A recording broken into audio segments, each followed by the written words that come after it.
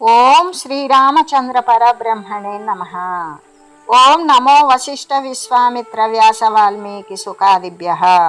ఓం శుక్లాంబరధరం విష్ణుం శశివర్ణం చతుర్భుజం ప్రసన్నవదనం ధ్యాయేత్ సర్వ విఘ్నోపశాంతయే. ఓం నమో బ్రహ్మాదిభ్యో బ్రహ్మ విద్యా సంప్రదాయ కర్తృభ్యో వంశ ఋషిభ్యో మహద్భ్యో నమో గురుభ్యః. ఓం శ్రీరామో రామభద్రశ్చ రామచంద్రశ్చ శాశ్వతః రాజీవలోచన శ్రీమాన్ రాజేంద్రో రఘుపుంగవః. శ్రీ యోగ వాసిష్టము ఉత్పత్తి ప్రకరణము. ఆ విధంగా ఎటువంటి దృఢ విచారము చేత దృశ్య వస్తువుల అత్యంతాభావము అంటే చూడబడేటువంటి ఏ యొక్క ప్రకృతి సంబంధమైన దృశ్య వస్తువులు విచారించి చూసినప్పుడు అక్కడ లేవు అనేటువంటి భావము జ్ఞానము అనేది బోధపడినప్పుడు వాసనలన్నీ కూడా నశించిపోతాయి. అప్పుడు దృశ్య సత్త కూడా ఈ దృశ్యము సత్యము అనే భావన కూడా నశించిపోతుంది.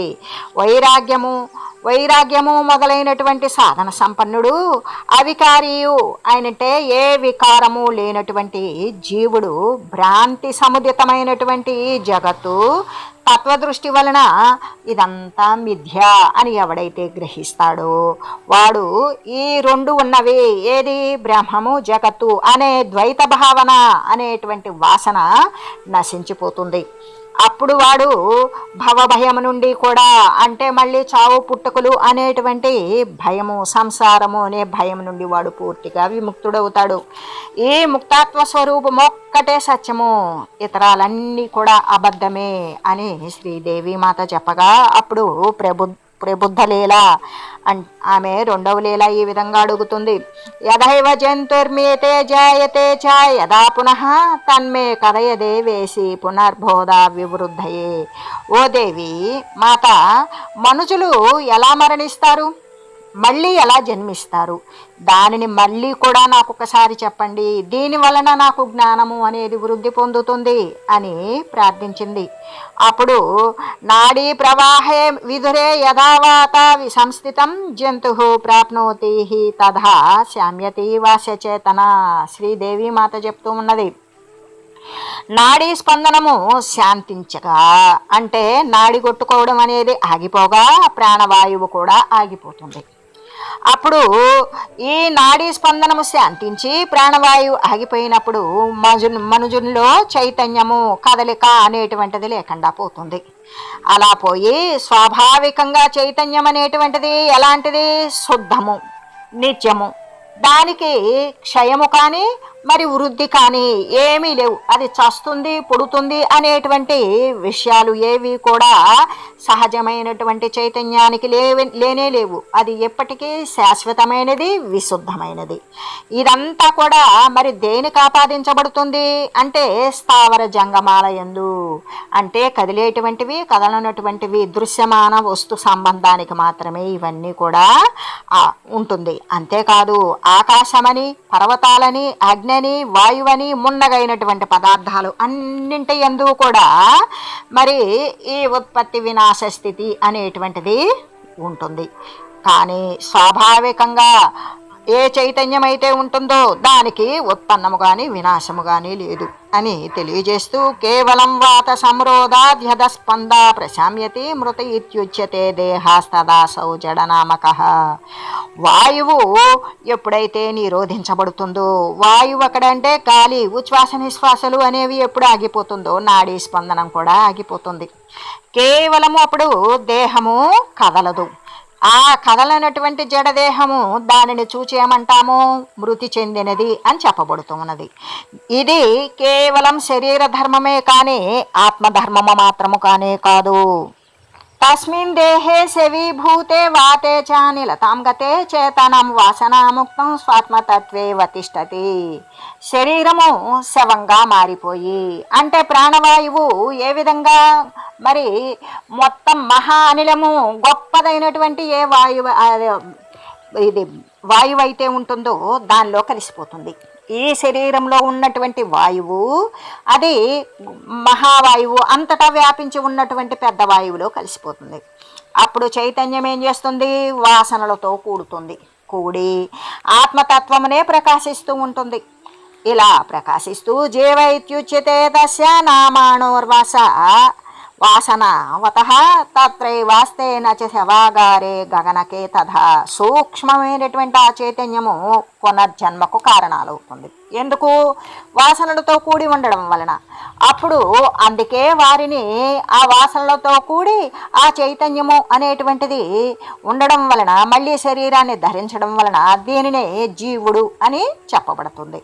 అయితే ఇది వేరు పదార్థము అవుతుందా పరమాత్మ కంటే అంటే కాదు. కాకపోయినప్పటికీ వాని యొక్క వాసనా బలం ఉన్నది కాబట్టి ఆ బలము చేత శవమున్న ఆకాశము స్థానంలో అది వెలయుచూ ఉంటుంది, అక్కడే అలరారుతూ ఉంటుంది. పరలోకానికి వెళ్ళడం అనేటువంటిది వాస్తవం కానే కాదు. ఇక్కడ పరలోకం అనేటువంటిది ఇంకొకటి లేదు అని చెబుతూ తతోసౌ ప్రేత శబ్దేన ప్రోచ్యతే వ్యవహారిభి చేతనం వాసనామి శ్రమామోదానిల వత్సితం. ఈ జీవుణ్ణే వ్యవహారంతో కూడినటువంటి జ్ఞానంతో ఉన్నవారు దీనిని ప్రేత శబ్దంతో, ఇది ప్రేతము అంటే దెయ్యము అనేటువంటి దాంతో వ్యవహరిస్తూ ఉన్నారు. వాయువున సుగంధము అంటే పరిమళము అనేటువంటిది వాయువునందు ఇమిడి ఉంటుంది. అంటే సుగంధమేనా అంటే దుర్గంధం కూడా వాయువునందు ఇమిడి ఉంటుంది. అది దేని యందు గనక వస్తే దాని మీదుగా వీస్తూ వస్తే ఆ గాలిని ఆ వాసనని గ్రహించుకొని వస్తుంది. అలాగే అక్కడ గంధాన్ని ఇమిడి ఉన్నట్లుగానే చైతన్యం కూడా జీవుని యొక్క వాసనలతో కలిసి ఉంటుంది. జీవుడు ఈ దేహాన్ని చూడటం వదిలి దేహాంతరాలను గాంచుతాడు. అలా గాంచినప్పుడల్లా వాని యొక్క స్వవాసనానురూపమైనటువంటి వానికి చేయబడినటువంటి కర్మ ఫలితాలే వాసనలు లేదా సంస్కారాలు అంటాం. అటువంటి వాసనారూపమైనటువంటి పరలోకాన్ని అచ్చట భోగాలను వాడు అనుభవిస్తూ ఉంటాడు. ఏది? దేహాంతరాలకి చూసినప్పుడు తన యొక్క శరీరాన్ని వదిలి ఆ దేహాన్ని చూడడం వల్ల వాడు ఇంకొక దేహం గురించి ఆలోచిస్తూ అటువంటి ఆ పరలోకాన్ని వాడు ఆ భోగాలను అనుభవయోగ్యమైనటువంటి భోగాలను అనుభవిస్తూ ఉంటాడు. తస్మిన్నేవా ప్రదేశేంతః పూర్వవ స్మృతిమాన్ భవే తదైవ మృతిమూర్ఛాంతే పశ్యత్యస్య శరీరకం. అక్కడ మరలా మునుపటి జన్మలాగానే జన్మస్మృతిని పొందుతాడు. నేను పుట్టాను, ఇది నా దేహం, ఇక్కడ ఇది నా తల్లిదండ్రులు, ఈ విధమైనటువంటి స్మృతిని పొందుతాడు. మళ్ళీ కూడా మరణమూర్ఛను అనుభవిస్తాడు. ఇంకొక శరీరాన్ని పొందినప్పుడు మళ్ళీ అలానే భావించుకుంటాడు. ఆకాశము లేదా భూమి లేక విశ్వమంతా కూడా మృతుని యొక్క ఆత్మయందు ఆకాశము మేఘ సమూహమగపడినట్లుగానే కనబడుతూనే ఉంటుంది. ఇతరులైతే దానిని ఏమాత్రము చూడలేరు. వారు కేవలము గృహాకాశాన్నే, ఆ గృహాన్ని మాత్రమే చూస్తారు అని చెబుతూ, అంతేకాదు మృతుని ఆత్మయందు ఆకాశము ఏ విధంగా చనిపోయినటువంటి వాడు దాని యొక్క దేహాన్ని చూసి ఉన్నటువంటి ఆకాశాలను వాడు మాత్రమే, శరీరానికి వేరైన వాడు మాత్రమే వాడికే అది కనబడుతుంది. ఇతరులైతే దానిని చూడలేరు, దాన్ని శవము అని అంటారు. వారు ఏం చూస్తారు? ఆ గృహాకాశాన్ని, ఆ గృహాన్నే చూస్తారు. భవంతి షడ్విధాః ప్రేతాస్తేషాం భేద మిమం శృణు సామాన్య పాపినో మధ్య పాపినః స్థూల పాపినః సామాన్య ధర్మ మధ్యమ ధర్మ చోత్తమ ధర్మవాన్ ఏతేషాం కస్యచిత్ భేదో ద్వత్రయోప్యదా కస్యచిత్. ఏ విధంగా ప్రేతములు 6 రకాలు ఉన్నాయంట. వాటి భేదాన్ని గురించి తెలియజేస్తూ ఉన్నాను, ఓ లీలా విను. సామాన్య పాపి, మధ్య పాపి, స్థూల పాపి, సామాన్య ధర్మి, మధ్య ధర్మి, ఉత్తమ ధర్మి. వీటికి మరలా కూడా 2-3 తెరగులున్నాయి. వీటికి కూడా 2-3 రకాలు ఉన్నాయి. ఏ విధంగా అంటే వీటిలో గొప్ప పాపం చేసిన వాడు పాషాణంలాగా, బండలాగా, రాతిలాగా జడుడై సంవత్సర కాలం మరణమూర్ఛనే అనుభవిస్తూ ఉంటాడు. అంటే వాడు మూర్ఛపోయి ఏమీ తెలియబడినటువంటి స్థితిలో ఉంటాడు. ఆ తర్వాత మళ్ళీ వానికి మళ్ళీ మంచి సమయం వచ్చినప్పుడు మళ్ళీ ప్రబుద్ధుడు మెలకువతో ఉంటాడు. మెలకు వచ్చి ఆ వాసన గర్భంలో నివసించి ఉంటాడు. ఆ వాసనలతో మళ్ళీ శరీరాన్ని ధరించడం కోసం గర్భంలో నివసించి చాలా కాలం కూడా నరకయాతనను పొందుతాడు. పొంది 100 కొలది శరీరాలను ధరిస్తాడు. చాలా దుఃఖాన్నే అనుభవిస్తాడు. మళ్ళీ కూడా ఒకానొకప్పుడు అంటే ఈశ్వరుని యొక్క ప్రసాదం వలన వారి సంసార స్వప్నం అనేటువంటిది శాంతిస్తూ ఉంటుంది. ఏ విధంగా మహనీయులు తోడ్పడటము, శాస్త్రానుసారంగా అనుసరించడము, సజ్జన సాంగత్యం చేయడము, సద్విచారణ చేయటము, అటువంటి ఈశ్వర ప్రసాదం ఎప్పుడో అనేక కోట్ల జన్మలు ధరించిన పిమ్మట వాడికి ఎప్పుడో తోడ్పాటైనప్పుడు మళ్ళీ కూడా ఈ యొక్క శరీరాల యొక్క ధారణ, తిరోగమనాలు అనేటువంటివి అప్పుడు శాంతిస్తుంది. అది శాంతించేదాకా వాడు శరీరాల యొక్క రాకపోకలు జరుపుతూనే ఉంటాడు. అలవా మృతిమోహాంతే జడ దుఃఖ శతాకులాం క్షణ దృక్షాది తామేవా భవంతి తే స్వవాసనానురూపాణి దుఃఖాని నరకే పునః అనుభూయాదయోనిషు జాయంతే భూతలే చిరాత్. మరికొందరైతే మరణము అనబడేటువంటి మోహం తర్వాత అత్యంత దుఃఖపూర్ణమైనటువంటి జడవృక్షాలు మొదలైనటువంటి భావాలను హృదయంలో అనుభవిస్తారు. ఆ తర్వాత వాసనని అనుసరించినటువంటి రూపమైన నరకాలను అనుభవిస్తారు. తర్వాత మళ్ళీ కూడా ఈ పృథ్వీ యందు నానా రకాలైనటువంటి శరీరాలు, నానా రకాలైనటువంటి యోనులు యందు పరిభ్రమిస్తూ ఉంటారు అని చెబుతూ, మద్యపాపులైతే మరణ తర్వాత అంటే ఆ మరణము అనబడే మూర్ఛ తర్వాత కొంతకాలం పాషాణంలాగా జడత్వాన్ని పొంది ఉంటారు. ఆ తర్వాత వారికి మళ్ళీ కూడా మంచి సమయం అనేటువంటిది తెంచినప్పుడు వాళ్ళు మళ్ళీ అప్పుడు జ్ఞానంతో మేల్కొంటారు. అప్పుడు వాళ్ళు ఇక ఎప్పుడైతే కొద్దిపాటి జ్ఞానంతో మేల్కొన్నారో వాళ్ళు పశువు మొదలైనటువంటి యోనులు యందు తిరుగాడుతూ ఉంటారు అని చెబుతూ, సామాన్య పాపులైనటువంటి వారి గురించి చెప్తే వారు మరణించిన తర్వాత వారి యొక్క వాసనని అనుసరించి మరి వారికి అతివాహిక దేహము అనేటువంటిది ఉత్పన్నమవుతుంది.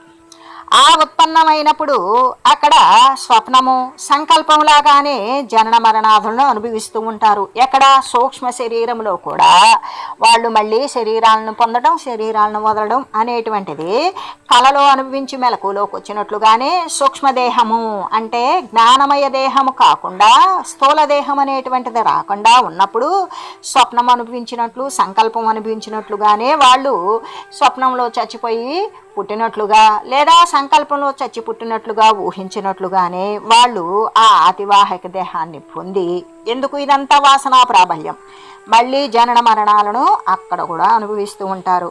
ఉత్తములైనటువంటి వారైతే, మహాపుణ్యశీలురు అయిన వారైతే చనిపోయిన తర్వాత పూర్వంలో వాడు అనుసరించినటువంటి స్మృతి ప్రకారము వాడు స్వర్గము, విద్యాధరులు ఉండేటువంటి పురాలను పొందుతాడు. ఆ తర్వాత ఇలావృత అనేటువంటి కింపురుషాది వర్షాలు ఇతర కర్మఫలాలను అనుభవించి సంపద్యుక్తమును సజ్జన నియమమును ఒక మనుష్యలోకమును జన్మిస్తూ ఉన్నాడు. ఎప్పుడైతే వాడు చేసినటువంటి పుణ్యఫలాలకి మరి యోగ్యమైనటువంటి స్వర్గము, విద్యాధరులు, కింపురుషులు ఉండేటువంటి ఇలావృతము అంటే అనేక వేల సంవత్సరాలు అక్కడ ఉండి ఆ తర్వాత ఇంకా ఇతర కర్మ ఫలితాలను కూడా అనుభవించి అప్పుడు వాని యొక్క పుణ్యఫల విశేషం తరిగిపోయిన తర్వాత వాడు సజ్జన నియమము అంటే మళ్ళీ మంచి వాళ్ళు అనుసరించేటువంటి నియమాలకు అనుయుక్తమైనటువంటి మనుష్యలోకంలో వాళ్ళు జన్మిస్తూ ఉంటారు అని చెబుతూ, అదే మధ్యధర్ములైతే చనిపోయిన తర్వాత ఆకాశవాయువు చేత కొనిపోబడి అక్కడ ఔషధి పల్లవాల ప్రధానమైనటువంటి అంటే అక్కడ ఉండేటువంటి ఆహార పదార్థాలు మరి చిగురులు ఇటువంటివన్నీ అయ్యే ముఖ్యంగా ఉన్నటువంటి చైత్రరథ, నందన అనేటువంటి వనములు మొదలైన ఉన్నటువంటి ఆ దేశాలను, అంతేకాదు కిన్నెరులు, కింపురుషులు, యక్షులు మొదలైనటువంటి శరీరాలను పొందుతారు. అక్కడ పుణ్యఫలాలను అనుభవిస్తారు.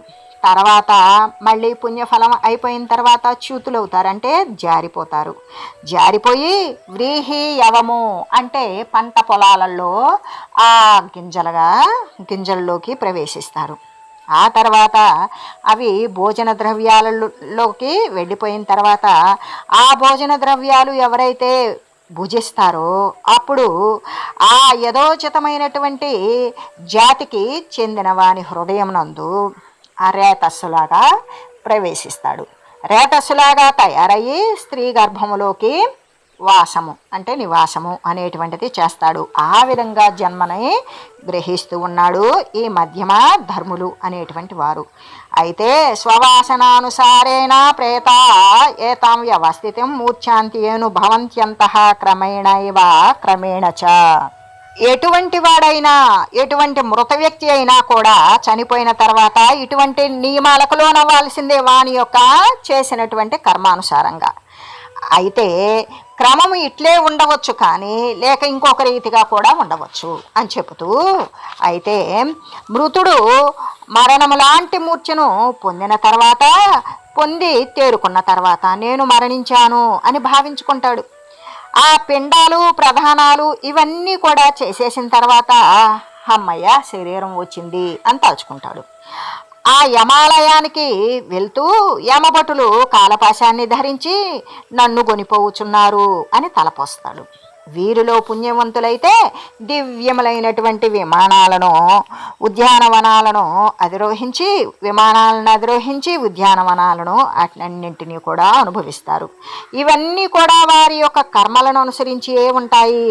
పాపి నా కర్మలకు తగినట్లుగానే గంటక, హేమము, గర్త, అసిపత్ర ఈ యొక్క వనాదులు లభించినవి అనే తలపోస్తాడు. నేను చేసిన పాప కర్మ కొద్దే నాకు ఇలాంటి ఇబ్బంది కలిగించేటువంటివే నాకు లభించినవి అని తలపోస్తాడు. తలపోసి ఇయమ్మే సౌమ్య సంపాత సరణి శీతసాధ్వల స్నిగ్ధ ఛాయా సవాపీక పురః సంస్థేతి మధ్యమ అయం ప్రాప్తో యమపురా మహమేషాన్ సభూతపః అయం కర్మ విచారోత్ర కృత ఇత్యనుభూతిమాన్. మధ్య రకంగా పుణ్యమాచరించినటువంటి వాడైతే చల్లటి పచ్చికతో కప్పబడినటువంటి సుందర మార్గం ఇది. చల్లని నీడ ఈ బావి ముందర ఉన్నది. నేను ఈ మార్గంలో యమపురానికి వెళుతూ ఉన్నాను. ఆ భూతపతి అయిన యముడు ఈ కార్యాన్ని విచారిస్తూ ఉన్నాడు అనేటువంటి ఆలోచన చేస్తూ వానికి ఎదురైనటువంటి విషయాలను అనుభవిస్తూ ఉంటాడు. ఇలాగా చనిపోయిన తర్వాత అందరూ కూడా వేరు వేరు రకాలుగా భిన్నములైనటువంటి పారలౌకికమైనటువంటి అనుభవాలను పొందుతూ ఉంటారు వారు చేసుకున్నటువంటి కర్మ ఫలం యొక్క ప్రాభవం చేత. కానీ అందరూ కూడా అర్ధక్రియలతో కూడుకొనిన ఈ విశాల సంసారము సత్యమని భావించుచూ ఉన్నారు. ఏ విధంగా అంటే వారంతా కూడా ఈ యొక్క సంపాదన అనేటువంటి క్రియల చేత ఉన్నప్పుడు వారు అటువంటి ఈ విశాలమైనటువంటి దృశ్య జగత్తు, ఈ సంసారము, ఈ శరీరమే సత్యము అని భావిస్తూ ఉన్నారు. అంతేకాకుండా స్వరూప దృష్టి ఉన్నప్పుడు వారు ఆకాశ సదృశ్యాన్ని, ఆకార రహితాన్ని, అద్వయమును అయినటువంటి ఆత్మ యొక్కటే జాగరిల్లి ఉన్నది అని దేశము యందు, కాలాల యందు, క్రియల యందు కూడా హ్రస్వ దీర్ఘాద్యు కృత్తులతో కూడుకొని దృశ్యాలను సత్యములను కాదని గ్రహించి ఉంటాడు. ఎవరికి వాని యొక్క స్వస్వరూప దృష్టి ఎవరికైతే ఉంటుందో వారు ఆకాశ సదృశము ఏమీ లేనటువంటి లాగానే, ఆకారమే లేనట్లుగానే, రెండు కానటువంటి ఆత్మ మాత్రమే వాడు ఆత్మయందు జాగృతమై ఎవడైతే ఉంటాడో అటువంటి వాడికి దేశకాల క్రియలు, మరి పొట్టివి పొడవి అనేటువంటి ఆకృతులు ఇవన్నీ కూడుకునేటువంటి దృశ్యాలు సత్యం కావు, ఇవన్నీ కూడా అబద్ధములే అని వాడు గ్రహించి ఉంటాడు. ఆ తర్వాత యముడు వీటికి అరిగినటువంటి యముని దగ్గరికి వెళ్ళినటువంటి పురుషులు ఏమనుకుంటారు, యముడు మా కర్మ ఫలితాలను అనుభవింపజేస్తూ ఉన్నాడు, మేము త్వరగా స్వర్గానికి వెళ్తాము, నరకానికి వెళ్తాము, పశు జన్మలను ఎత్తుచున్నాము అని వాళ్ళు వారికి వారే ఆలోచన చేస్తూ ఉంటారు. శరీరాన్ని, అంతఃకరణాన్ని క్రిములు లేనటువంటి ఈ ధ్యానాంకురము అంటే ఈ ధాన్యాంకురము, ఏ విధంగా అంకురము అంటే బీజము మొలకెత్తేటువంటిది, అది మనుష్యుని చేత తినబడి రేతస్సుగా మారుతుంది. మారి తర్వాత అది యోని ద్వారమున మాతృగర్భంలోకి ప్రవేశిస్తూ ఉంటుంది. ఆ గర్భము పూర్వకర్మానుసారంగా అదృష్టవంతుడుగాను దురదృష్టవంతుడుగాను లేక చక్కటి బాలుడుగాను జన్మిస్తూ ఉంటుంది. తతో శుభవతి ద్వాభం యవనం మధనోన్ముఖం తతో జరాం పద్మముఖే హిమాశనిమివచ్యుతాం. ఆ తర్వాత చంద్రునిలాగా చంచలమైనటువంటి యవనాన్ని అనుభవిస్తూ ఆ తర్వాత తామర పువ్వు పైన పడినటువంటి పిడుగుపడినట్లుగానే ముసల్తనం వచ్చి దీనిని పాడు చేస్తూ ఉన్నది అని చెబుతూ ఆ తర్వాత మళ్ళీ కూడా వ్యాధి మరణము లాంటి మూర్ఛ ఇవి వచ్చినప్పుడు అయితే ఆ మరణం తర్వాత బంధువులు ఏం చేస్తారు? పిండ ప్రదానాలను పెడతారు. ఇంకొక దేహాన్ని గ్రహించటం కలలాగానే జరిగిపోతుంది. మరలా యమలోకానికి వెళ్తారు, భ్రమని అనుభవిస్తారు, నానా రకాలైనటువంటి శరీరాలను యందు పరిభ్రమిస్తారు. ఆకాశ రూపమైనటువంటి ఆత్మ ఆకాశమునందే జీవభ్రాంతిని పొందడం మొదలైనటువంటి మోక్షము వరకు కూడా ఇటువంటి మార్పులను పొందుతూనే ఉంటారు అని చెప్పగా అప్పుడు ఏ విధంగా అంటే ప్రబుద్ధలీల అడుగుతోంది. ఆదిసర్గే యదాదేవి భ్రమేష ప్రవర్తతు తదా కథయమే భూయ ప్రసాదాద్బోధ వృద్ధయే. ప్రబుద్ధలీల దేవి స్వప్నము యందు ఈ భ్రమ ఎట్లా కలుగుతున్నది? నాకు అనుగ్రహించి జ్ఞానాభివృద్ధి నిమిత్తము తెలియజేయండి అని అడగగా అప్పుడు శ్రీదేవి మాత ఏమంటుంది? పరమార్థ ఘనం శైలాహ పరమార్థం ఘనం ద్రుమాహ పరమార్థం ఘనం పృథ్వీ పరమార్థం ఘనం నభః. ఏమంటుంది లీల? నీవు చూస్తూ ఉన్నటువంటి పర్వతాలు, వృక్షాలు, పృథివీ, ఆకాశము మున్నగువన్నీ కూడా పరమార్థమైనటువంటి ఘనాలే, అంటే విశుద్ధ చైతన్య స్వరూపాలే. ఆ విశుద్ధ చైతన్యమే ఇన్ని రూపాలతో మాయా ప్రభావము చేత ఉదయిస్తూ ఉన్నట్లుగా కనబడుతూ ఉన్నది. చేతనామయుడైనటువంటి ఈశ్వరుడు సర్వవ్యాపి అయి ప్రకాశిస్తూ ఉన్నాడు. అందువలన ఎచ్చట ఏ రూపమున ప్రతిభాసిస్తున్నాడో అచ్చట ఆ రూపమునందే పేర్కొనబడుచూ ఉన్నాడు. ఏవం భ్రాంతిమయే విశ్వే పదార్థ సంవిధం శవః సర్గాదిషు యదైవ సంస్థై దైవాధ్యాపి సంస్థితాః యథా విశ్వపదార్థానాం స్వభావస్య విజృంభితం అసత్యమేవ సత్యాభం తదేతాత్కదితం తవ. ఇలాగా బుద్ధి చైతన్యమునందు ఏ విధంగా భ్రమతో నిండిపోయినటువంటి జగత్ పదార్థాలన్నీ కూడా కిరణాలలాగా ఎలాగా వెలువడుతూ ఉన్నాయో అలాగే నేటికి కూడా ఎప్పటికీ ప్రకాశిస్తూనే ఉన్నది. ఈ జగత్ పదార్థాల యొక్క విజృంభణము అంటే సర్వము నిండబడినటువంటి ఈ జగత్ పదార్థాల యొక్క విస్తారము అసత్యమైనప్పటికీ కూడా సత్యమైనట్లుగానే ప్రతిభాసించు రీతిని నీకు తెలియజేశాను అని చెప్తూ అయం మస్తగతం ప్రాయ పశ్య రాజా విదూరధ మాలా శవస్య పద్మస్యే పత్యుస్తే యాతి హృద్గతం. ఇప్పుడు విదూరధుడు మృతప్రాయుడైనాడు. చూడు, మరణించి పుష్పముల చేత కప్పబడిన పద్ముని యొక్క హృత్పదమున ప్రవేశించడానికి ప్రయత్నిస్తూ ఉన్నాడు, ప్రవేశింపబోచు ఉన్నాడు అని దేవీమాత చెప్పగా అప్పుడు ప్రబుద్ధలీల ఈ విధంగా అంటుంది. కేన మార్గేణ దేవేశి యాత్యేషా శవ మండపం ఏనమే వాసు పశ్యంత్యా వాం గచ్చావ ఉత్తమే. దేవి ఇటు రమ్ము, ఇతడు ఏ మార్గాన్ని అనుసరించి శవమున్న చోటికి వెళ్తున్నాడో చూద్దాము అని అడగగా అప్పుడు శ్రీదేవి మాత ఈ విధంగా అంటున్నారు. మనుష్య వాసనాంతస్థం మార్గా మాశ్రిత్య గచ్చతి ఏషోహామపరం లోకం దూరం యామీతి చిన్మయః మార్గిణైవ మనేనైవ యావంతో ఏన సమ్మతం పరస్పరేచ్ఛా విచ్చిత్తిర్నహి సౌహార్ద బంధనే. దేవీమాత చెప్తూ ఉన్నారు, చిన్మయ స్వరూపుడగు ఈ జీవుడు దూరమున ఉన్నటువంటి పరలోకానికి వెళ్తూ ఉన్నాడు, పరలోకాన కలుగుచూ ఉన్నాడు అని భావించి హృదయమున ఉన్న వాసనతో నిండిపోయినటువంటి మార్గాన్ని అనుసరించి వెళ్తూ ఉన్నాడు. తనేమనుకుంటున్నాడు? దూరాన ఉన్నటువంటి పరలోకానికి నేను వెళ్తూ ఉన్నాను అని భావించాడు. భావించి హృదయంలో ఉన్నటువంటి వాసనలతో సంస్కారాలతో నిండినటువంటి మార్గాన్ని అనుసరించి వెళ్తూ ఉన్నాడు. మనము ఈ మార్గమున పోదాము, రమ్ము, నీ అభీష్టం సిద్ధిస్తుంది అని వాంఛ కోరిక సిద్ధింపకున్నా స్నేహానికి ముప్పు వాటిల్లుతుంది కదా అని శ్రీదేవి మాత చెప్పింది అని శ్రీ వశిష్ఠ దేవులు ఏ విధంగా శ్రీ వశిష్ఠ దేవులు అంటూ ఉన్నారు. ఇతి విహిత కథాగత క్లామాయం పరమదృశి ప్రసృతే విబోధ భానౌ నృపతి వరసుతా మనస్యుదారే విగలిత చిత్త జడో విధూరదో భూత్. అయితే శ్రీ వశిష్ఠ దేవులు ఏమంటున్నారు, సరస్వతి యొక్క ఈ వాక్యాలను వినడం వలన లీలాదేవికి శోకం తొలగిపోయింది. జ్ఞాన సూర్యుడు ఆమెకి ఉదయించాడు. విధూరథుడు విలీన చిత్తుడు మూర్ఛితుడు చేతనారహితుడు అయ్యున్నాడు అని చెబుతూ, అంతేకాదు శ్రీ వశిష్ఠ దేవులు ఇంకా చెప్తూ ఉన్నారు ఏమని, మూర్ఛితుడైనటువంటి విధూరథుని కనుపాపలు తిరుగుతూ ఉన్నాయి, పెదవులు ఎండిపోయింది, ప్రాణమొక్కటే మిగిలింది. అతని యొక్క శరీర కాంతి ఎండుటాకులాగా అయ్యింది, ముఖకాంతి క్షీణించిపోయింది, పాలిపోయింది. తుమ్మెదల రొదలాగానే ప్రాణవాయువు కూడా ధ్వని చేయుచు ముక్కుల నుండి బయటకు వచ్చేసింది.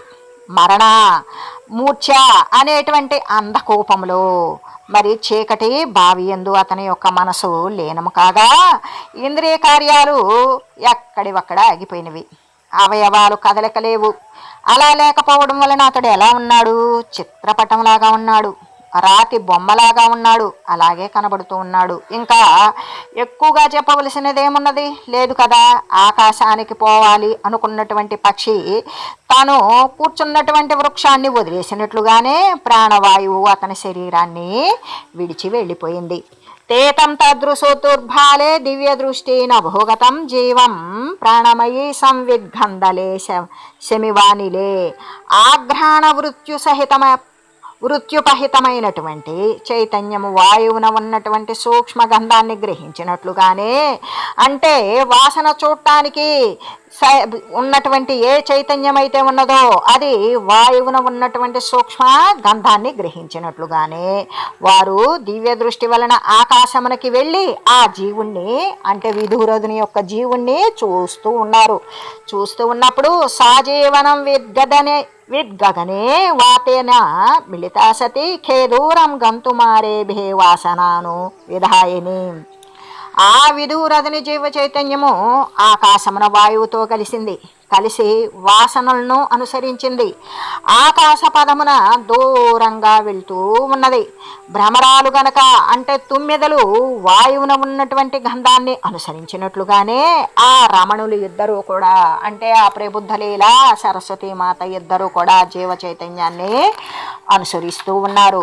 తతో ముహూర్త మాత్రేణ శాంతే మరణమూర్ఛనే అంబరే బుబుదే సంవిద్గంధలేఖేన వాయున ప్రాక్తనోస్య శవీభూతే దేహోస్తి కుసుమాంబరే ప్రవిశత్వేష త్వం గత్వా త్యజ్యలామితి చేతస. ఆ తర్వాత ముహూర్త కాలంలో అతడు మరణమూర్ఛ నుండి తేరుకున్నాడు. వాయువున ఉన్నటువంటి ఆ వాసన కణములాగానే ఆకాశ దేశాన్ని ఇట్లు అనుభవిస్తూ ఉన్నాడు. బంధువులు చేసినటువంటి ఊర్ధ్వదేహిక క్రియల వలన శరీరం అంతా కూడా ఉత్పన్నమైంది. యమభటులు అరుదించారు, తన శరీరాన్ని తీసుకొని పోతూ ఉన్నారు. ప్రాణి కర్మఫల ప్రధాన్ని జనాకీర్ణమును అయినటువంటి ఆ యొక్క యమపురికి తీసుకెళ్లారు. యముడు ఈ జీవుని చూశాడు.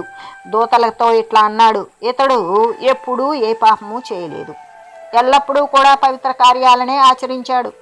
సరస్వతీదేవి వరమున ఇతడు ఇలా వర్ధిల్లాడు. ఇతని పూర్వశవము పుష్పాలతో కప్పబడి ఉన్నది, ఇతన్ని విడిచిపెట్టండి, ఇతడు ఆ పూర్వ శరీరంలో ప్రవేశిస్తాడుగాక అని చెప్పగా, తతస్యక్తో నభో మార్గ యంత్రోపలయవచ్యుత అదజీవ కళాలీలాజ్ఞప్తిశ్చేతి త్రయం నభః క్షణాద్వి వివసతు స్వైరం వాతలేక యదాంబుజం సూర్యభాసో యదాంభోజం సురభిః పవనం యథా. ఈ విధంగా ఆ తర్వాత యంత్రము నుండి విడువబడినటువంటి శిలలాగానే ఆ జీవ చైతన్యం ఆకాశదేశమున పడింది. ఆ తర్వాత అది వెళ్తూ ఉన్నది. దానికోసమే వేచి ఉన్నటువంటి లీలా సరస్వతులు కూడా దానినే అనుసరించారు. రూపముతో ఉన్నప్పటికీ కూడా వారిని ఆ విధూరథుడు అంటే ఆ విధూరథుని శరీరంలో ఉన్నటువంటి జీవుడు చూడలేకపోయాడు. ఆ స్త్రీలు ఇద్దరూ కూడా జీవుని అనుసరిస్తూ ఆకాశ మండలాన్ని ఇతర లోకాలని దాటుతూ జగద్గృహం నుండి వెలువడి ద్వితీయ బ్రహ్మాండాన్ని ప్రవేశించారు. అచ్చట భూమండలాన్ని ప్రవేశించారు. సంకల్పరూపులకు ఆ రమణీమణులు ఇద్దరూ ఆ సూక్ష్మజీవునితో కూడి పద్ముని యొక్క రాజధానిని ప్రవేశించారు. వాయుకణము పద్మమున ప్రవేశించినట్లుగానే, సూర్యుని యొక్క శాంతి పద్మమున పడినట్లుగానే, సుగంధము గాలిలో కలిగినట్లుగానే వారు క్షణములో లీల యొక్క అంతఃపుర మండపాన్ని ప్రవేశించారు అని శ్రీ వశిష్ఠదేవులు తెలియజేశారు. ఓం మంగళం శ్రీ గురుదేవాయ మహనీయ గుణాత్మనే సర్వలోక శరణ్యాయ సాధురూపాయ మంగళం. ఓం మంగళం కోసలేంద్రాయ రామాయ రామభద్రాయ చక్రవర్తి తనూజాయ సార్వభౌమాయ జానకీ వల్లభాయ శ్రీరామచంద్రాయ మంగళం. ఓం తత్సత్.